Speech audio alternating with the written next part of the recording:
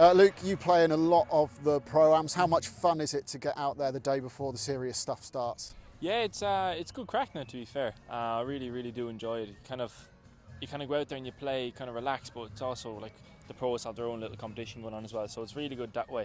So you're kind of looking at the course kind of in a competitive way, but you're also having fun as well with your pro-am, with your playing partners and stuff. How much do you enjoy getting to know your partners and seeing their backgrounds? Oh, it's great. You never know who you can meet. You never know, like, you could arrive up on one team, you could be playing with someone that you could end up being friends with for the rest of your life. I've played a good few pro-ams with guys who I see then every other week that are playing pro-ams, and you just develop a relationship and a friendship, and even like you could end up becoming partners in terms of they could end up sponsoring you and helping you out as well. So that's one of the best things I find about the pro-ams.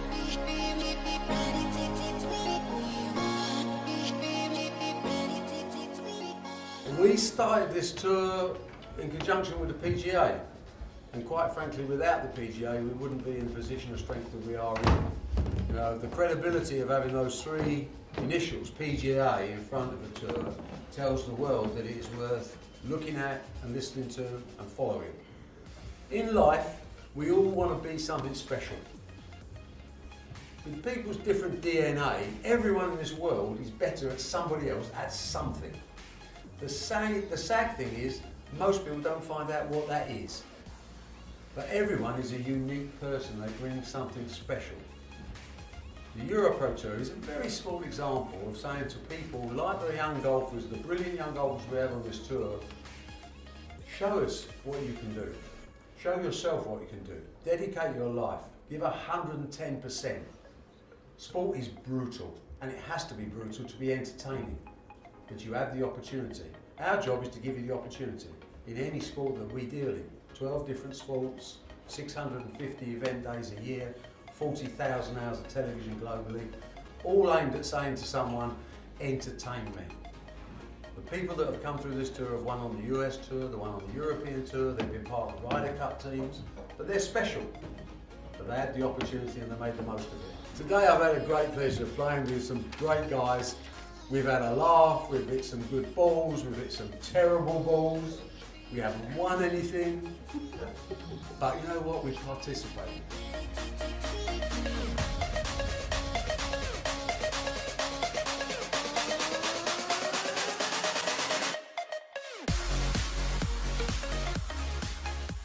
The first person I met after I was FOB was Barry Hearn, and he came to our offices. Barry Hearn came to me, and I didn't really know who he was, but a friend of ours, mutual friend that was with the F1, brought him into our offices, and when they introduced it, they came to my offices, they're like, Barry Hearn's here to see you. And I was like, okay, we'll send him in. Do you know who that is?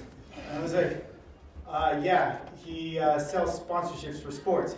He's like, no. He's on the TV all the time. He's amazing. It's Barry Hearn. And so we got to meet, we got to be friends, and we've just had an amazing time together. And so it's so special that I'm flying out tomorrow, and then Barry's here today for me, and that means a lot, as well as all the friends here, you know, that have come out to support the tour and to support, you know, our company. It means a lot.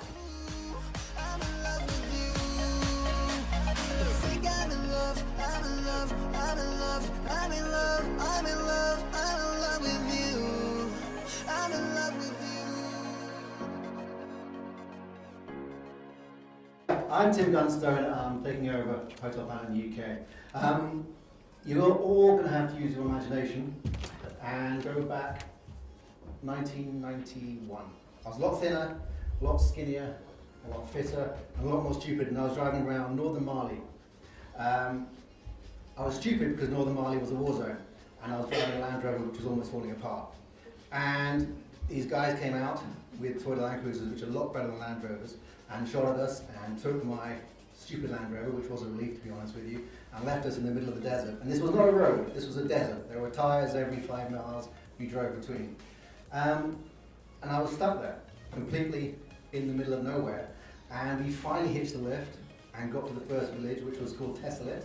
Now, if you look up Tessalit on Google now, it's a disaster of a place, but the people are wonderful. It's incredibly beautiful. All the buildings were riddled with bullets. And the only charity that was there wasn't the Red Cross, wasn't UN, wasn't UNICEF, it was Médecins Sans Frontières. MSF is short for Médecins Sans Frontières, French for Doctors Without Borders. We are an international humanitarian movement. We are founded in 1971 by a bunch of doctors and journalists, and since 1971 we've grown into a much bigger global community of people, I would say. We've got over 45,000 staff members that work together in our teams. And we share one common goal, and that is to reach those in greatest need of medical care. We work in areas where there is outbreaks. You can think of Ebola, for example, but also meningitis and measles outbreaks. And then we work when nature is struck, for example, in Haiti, or you can think of the earthquake in Nepal. And the vast majority of our project is located in conflict zones or in or near conflict zones, in areas of instability, where we provide assistance to refugees and victims of war.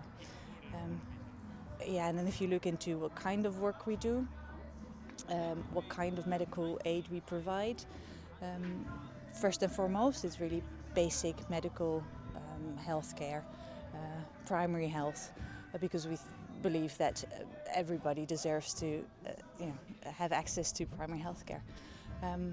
We do tend to focus on the more vulnerable populations or vulnerable groups within the population. So mother and child care is usually a thing that we focus on in most of our projects, to give every woman a chance to give birth safely. We give treatment to sick children, to malnourished children. And equally so, we focus often on other vulnerable groups of people, for example, people with neglected diseases. You can think of tuberculosis, HIV/AIDS, hepatitis as well.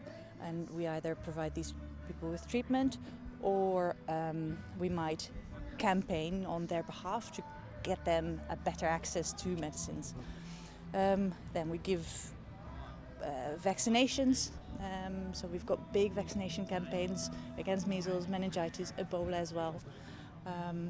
We've got surgeons that can do war surgery, and then very important as well, we've got teams of water and sanitation specialists, so they help provide clean water for the population, so that infectious diseases can be prevented.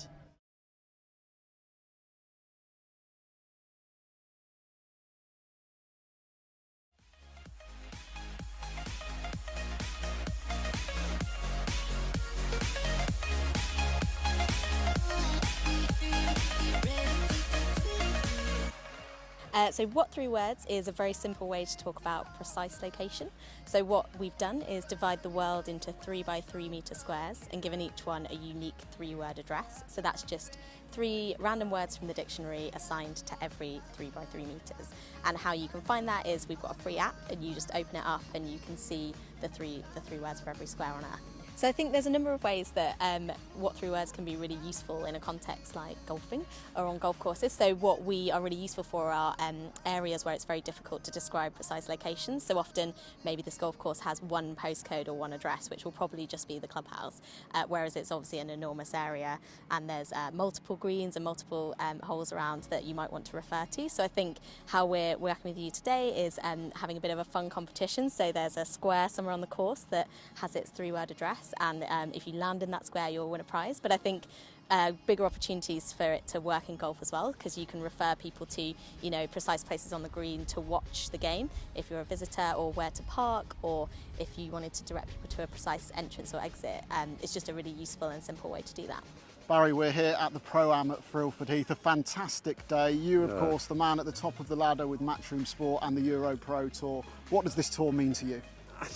We've been doing it for so many years now, and if I stand back from the tour, I look and say, this is a developmental tour that brings on the stars of the future. And I question, if we weren't here, where would they go? Where would these players get the experience? So I really enjoyed the ride of watching kids come through, and we've had some great names that have gone off and won on the US Tour, the European Tour, been members of the Ryder Cup team. and they started on the EuroPro Tour. And I think that's great. You know, I love it. It's not the biggest business we have, but I think it's the most fun. And I get to play in the Pro-Ams, which is an extra bonus. That does help. How good is it to invest in the future, and how important, like you say, perhaps if it wasn't there, they wouldn't have somewhere to play? In any sport, and it doesn't matter whether it's snooker, darts, golf, boxing, people like us, the promoters of these sports, have to invest in the grassroots and the first level of professional status, if you like, because if we don't, in today's days of austerity with government cutbacks and lack of facilities for kids everywhere, you know, how are they going to get on that ladder and how are they going to entertain us, the old geezer that sits there on his settee and wants to watch the best in the world, you know? Well, they've got to start somewhere and they start with us, and I think that's a bigger part of our responsibility to sport. And I think we're the winners. You know, people get an opportunity to change their lives through sport. That must never be taken away from them. But we're the beneficiaries of that because we get to watch it unfold, this drama. And I'm very proud every time a EuroPro Tour player goes to the next level, because I feel as if we've been not you know, just a little tiny bit of responsible for letting them achieve their dreams. And take that away from any kid, you don't have sport anymore. It gets bigger and better every year, the EuroPro Tour. Yeah. How much pleasure do you see in the growth of it? Well, I think the tour is in the best place it's been in the 17 years or whatever that we've owned it. I think there's a lot of future. I think we know our limitations as well, but we're using better courses, we're getting better prize money, we're getting better. I mean, obviously the PGA has been a wonderful partner for us as well, because the official status of that gives us credibility. I think we're on television in more countries than the European Tour and the Challenge Tour, which is great because it gives the players a chance to get famous. We're in a really good place. I don't know where the future is. All I know is that we've got to live in the present and we've got to create opportunities for these players to achieve their dreams, and that's what the EuroPro Tour does. As a keen golfer yourself, how good is it to come along to events like this and get the sticks out as well? I love it. I'm so frustrated because I can't understand. This game is so simple sometimes and so complicated other times, and that's the attractiveness about it, is that you will have shots that will bring you back the following week. There is improvement, but like everything else, you have to sacrifice. You know, we talk about I'm a pleasure golfer, but these guys do it for a living, you know, and they do it meticulously in their planning and their preparation. We can all learn from that, and actually to play with these boys is a pleasure because they're not yet at the spoilt level of superstar sports. They will talk to you, they will say you should actually try doing it this way, and I think there's something really quite unique about that, and the enjoyment for me is shots that I never remember a bad shot. I go to bed at night remembering great shots, and there are not that many of them, but they keep me playing this wonderful game.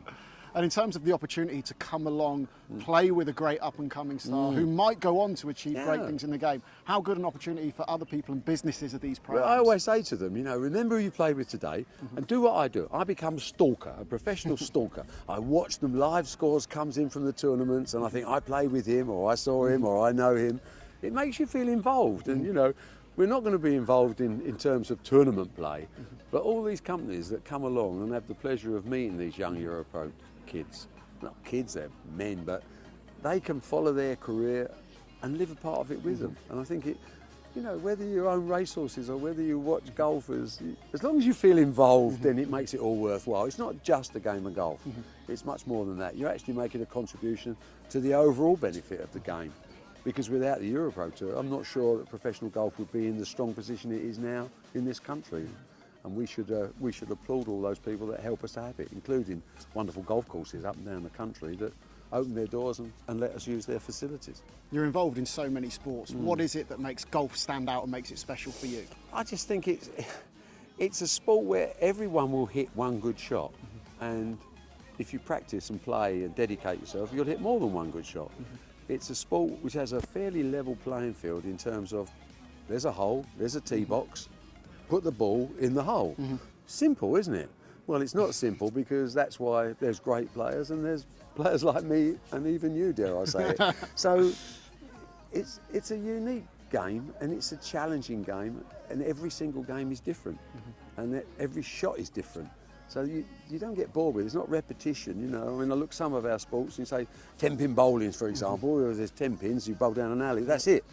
here, you know, snookers are on the table, you get balls on different angles, sure. But here, we're outside, you know, we're having a great walk. Someone once wrote that book, didn't they? A good walk spoiled.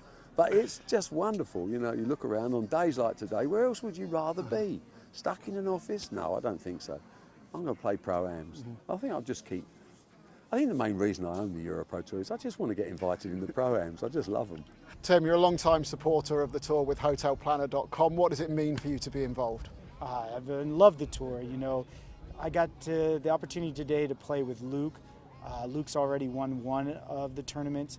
He's definitely up and coming. He came from the Sunshine Tour, and he's such a talent. I mean, just every shot was clean. He even gave me a couple of pointers.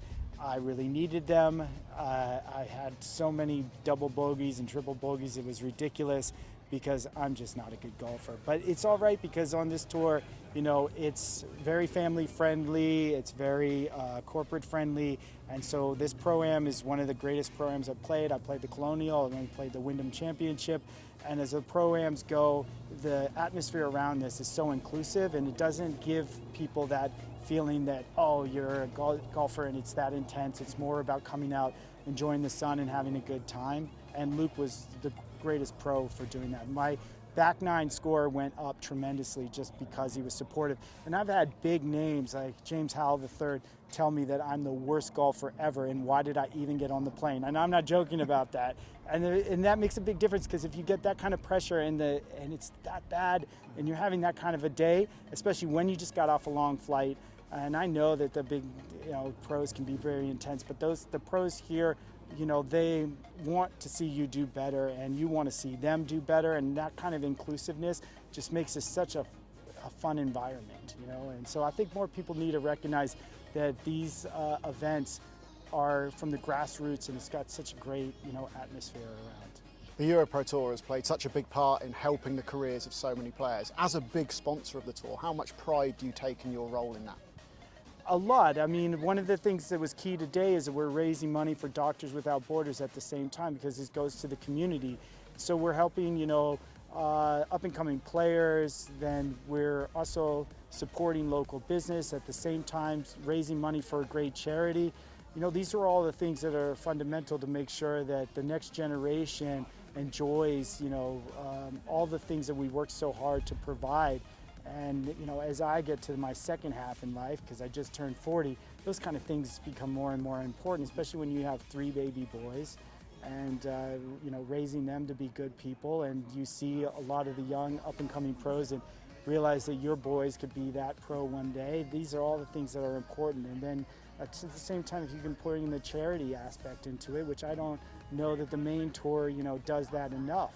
And, you know, this grassroots community tour does that, and that means a lot to corporations that have an ethos about giving back, which ours does. Andrew, and this is my middle son, Andrew, 7 years old, and he's here on the tour as well. Going to be a golfer one day. Yeah. You had a fun day today, Andrew? Yeah.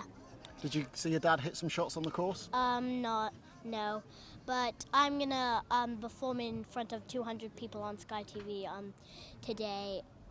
He's a little drummer. Oh, wow. Yeah. And then my brother's gonna sing, but he's in a bad mood. And do you play golf as well? I've been picking it up. I don't really. Are you as good as your dad? Not yet. One day. One day.